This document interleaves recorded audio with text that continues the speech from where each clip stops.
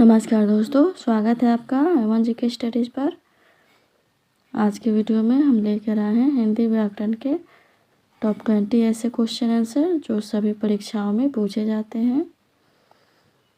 आप किसी भी परीक्षा की तैयारी कर रहे हैं तो ये वीडियो आपकी सहायता करेगी, इसलिए वीडियो को आप लोग पूरा देखिए और इनमें से जितने भी क्वेश्चन का आंसर जानते हैं कमेंट बॉक्स में ज़रूर बताइएगा। चैनल पर नए हैं तो चैनल को भी सब्सक्राइब ज़रूर कर लीजिए। चलिए आगे बढ़ते हैं। आज का आपका पहला सवाल है, जब वाक्य में एक समान अधिकरण का प्रयोग होता है तो किस विराम चिन्ह का प्रयोग होता है? आपके ऑप्शन से ए अल्प विराम, बी लाघव चिन्ह, सी अर्ध विराम, डी संकेत चिन्ह। इसका जवाब जानते हैं तो कमेंट्स में ज़रूर बताइए। सही जवाब है ऑप्शन सी अर्धविराम। जब वाक्य में एक समान अधिकरण का प्रयोग होता है तो अर्धविराम चिन्ह का प्रयोग होता है। अगला सवाल, निम्नलिखित में से कौन वर्ण अंतस्थ नहीं है? आपके ऑप्शन से ए य, बी ह, सी र, डी व। अंतस्थ वर्ण कौन सा है नहीं है? सही जवाब है ऑप्शन बी ह। य, र, ल, व ये 4 अंतस्थ व्यंजन हैं। अगला सवाल, निम्न में अल्प प्राण व्यंजन कौन सा है? आपके ऑप्शन से ए ख, बी ग, सी घ, डी ठ। अल्प प्राण व्यंजन कौन सा है? सही जवाब है ऑप्शन बी ग। प्रत्येक वर्ग का पहला, तीसरा और पांचवा अल्प प्राण व्यंजन होता है। अगला सवाल, शुद्ध वर्तनी वाला शब्द कौन सा है? इनमें से शुद्ध वर्तनी वाला शब्द कौन सा है? सही जवाब ऑप्शन ए निमीलित। निमीलित का शुद्ध वर्तनी वाला शब्द ऑप्शन ए है। अगला सवाल, स्वल्प का संधि विच्छेद क्या होगा? स्वल्प का संधि विच्छेद क्या होगा? आपके ऑप्शन से ए साधन अल्प, बी सुधन अल्प, सी सुधन अल्प, डी स्वधन अल्प। सही जवाब ऑप्शन सी सुधन अल्प। स्वल्प का संधि विच्छेद सुधन अल्प है। यह यण स्वर संधि का उदाहरण है। अगला सवाल, भीष्म पितामह ने आजीवन शादी न करने का प्रण लिया था।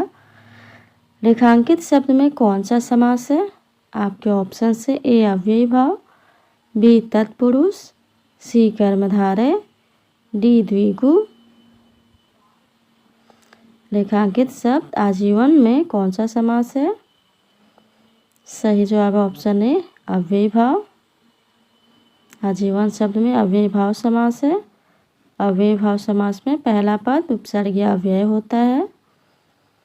अगला सवाल, अनाड़ी शब्द का तत्सम रूप क्या है? अनाड़ी शब्द का तत्सम रूप क्या है? आपके ऑप्शन से ए अनार्य, बी अनत, सी अट्टलिका, बी अन्यत्र। बताइए। सही जवाब है ऑप्शन ए अनार्य। अनाड़ी शब्द का तत्सम रूप अनार्य है, याद रखिएगा।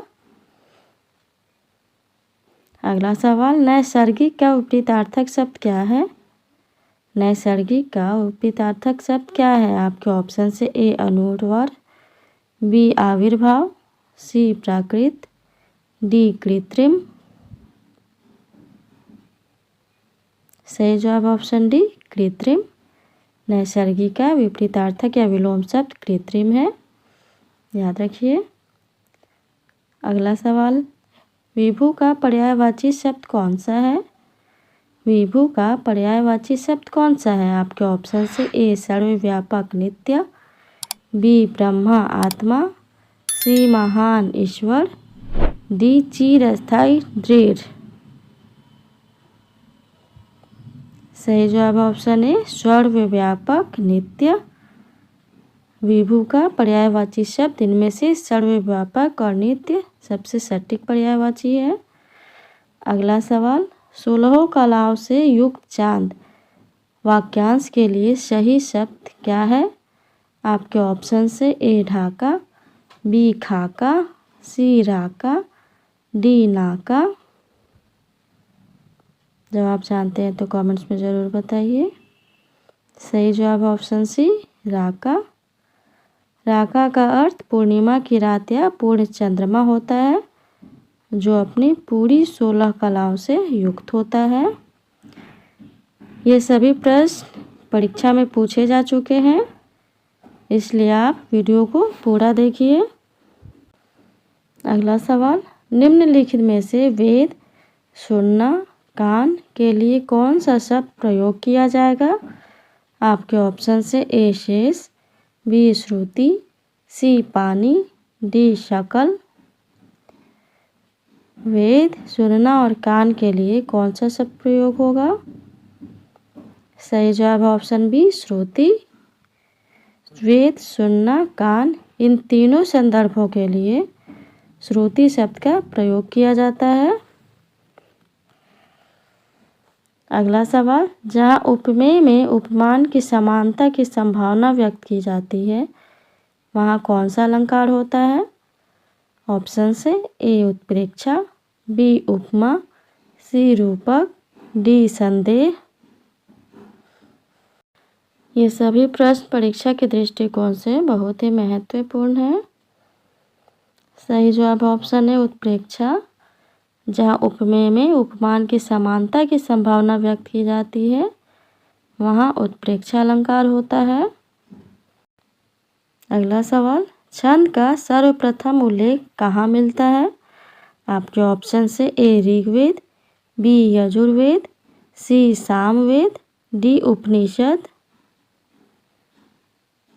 बताइए। सही जवाब ऑप्शन है ऋग्वेद। छंद का सर्वप्रथम उल्लेख ऋग्वेद में मिलता है। अगला सवाल, करुण रस का स्थायी भाव क्या है? करुण रस का स्थायी भाव क्या है? आपके ऑप्शन से ए रति, बी हास्य रस, सी उत्साह, डी शोक। बताइए करुण रस का स्थायी भाव क्या है? सही जवाब ऑप्शन डी शोक। करुण रस का स्थायी भाव शोक है। अगला सवाल, देश रक्षा के लिए प्रत्येक नागरिकों को रिक्त स्थान रहना चाहिए। आपके ऑप्शन से ए संबंध, बी उद्यत, सी उद्धृत, डी प्रबुद्ध। बताइए रिक्त स्थान पर कौन सा उचित शब्द होगा? सही जवाब ऑप्शन बी उद्यत।